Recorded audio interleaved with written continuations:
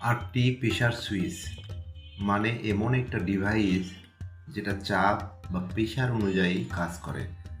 ধরো কোনো পাইপ বা মেশিনের ভিতরে চাপ বাড়ে বা কমে। যখন চাপ একটা নির্দিষ্ট লেভেলে পৌঁছায়, সুইচ অন অফ হয়ে যায়। এভাবে একটা মেশিনকে অটোমেটিক কন্ট্রোল করে। আটটি প্রেশার টাইপ মানে এটা প্রেশার ডিটেক্ট করে কাজ করে, টেম্পারেচার বা অন্য কিছু উপর নয়। আটটি কোথায় ব্যবহার করা হয়, এটা ডিফারেন্সিয়াল। এটা সর্বনিম্ন প্রেশার সেটিং করতে হয়, এভাবে ঘুরিয়ে ম্যাক্স থেকে মিনিতে করা যায়। এটা টার্মিনাল অন অফ।